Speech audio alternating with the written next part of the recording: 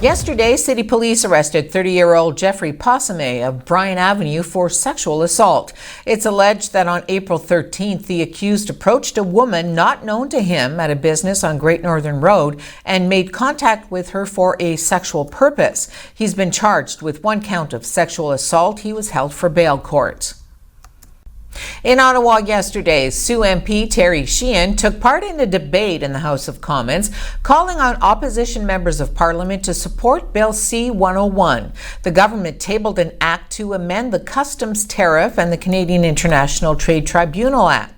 The act would temporarily remove the 2-year moratorium on the imposition of certain safeguard measures, giving the government flexibility to act faster to stabilize Canada's steel market and protect Canadian steel workers in the case of harmful surges in imports. Sheehan is urging all MPs to continue supporting steel workers and the industry by supporting that legislation. The Canadian Federation of Agriculture wants immediate changes to Canada's programs to protect farmers from income and production losses amid ongoing trade disruptions.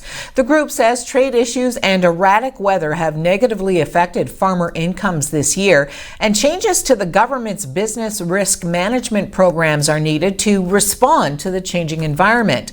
It highlights the Agri-Stability Program, which provides support to farmers experiencing a large profit decline. The CFA wants the program's margin coverage restored to 85%. That's up 15% from the current 70%, among other things. The group says many Canadian farmers are experiencing difficulties, including canola and soybean producers who are impacted by the ongoing dispute between Canada and China. Federal officials are pushing the Canadian Infrastructure Bank to back Via Rail's high-frequency rail project. The government's response to a written question from New Democrat Robert Aubin details the 8 times between October and December 2018 that officials from the Finance Department met with the federal agency to make the business case on Via's behalf. The rail company wants to build a multi-billion-dollar new network of dedicated passenger rail lines in Ontario and Quebec, so its trains would no longer have to yield to freight trains on borrowed tracks. The Finance Department told Aubin that a range of public-private models is still being assessed, with varying degrees of private sector investment. Options include having a private partner help with designing and building the new lines, or a broader deal that would include financing, operating, and maintenance agreements. After 2 days of talks between U.S. officials and Mexico, there was no agreement at end of day yesterday between the two sides to stave off 5% tariffs that are expected to start Monday. Buenas, good night. We have a meeting this afternoon. Tomorrow we are going to retake our conversations.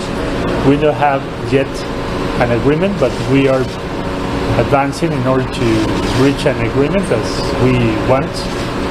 So tomorrow morning we are going to work in maybe one of the last sessions in order to make an effort to have an agreement. Ontario is expanding the sale of beer, wine, and cider to almost 300 more stores this summer, and it's all part of Premier Doug Ford's push to liberalize liquor rules in the province. The Progressive Conservative government announced yesterday it will expand sales through a combination of permitting more LCBO agency stores in underserviced areas and by allowing more grocery stores to sell booze. Finance Minister Vic Fedeli said some of the stores will open as soon as August. The number of LCBO agency stores in underserviced areas, which will be rebranded LCBO convenience outlets, will rise to 60 in August and then up to 200 by spring 2020. Another 87 grocery stores will also be allowed to sell alcohol starting in September, bringing the total to 450 across the province. The latest announcement comes on the same day the government passed legislation to rip up a 10-year agreement with the beer store that limits the number of stores that can sell alcohol.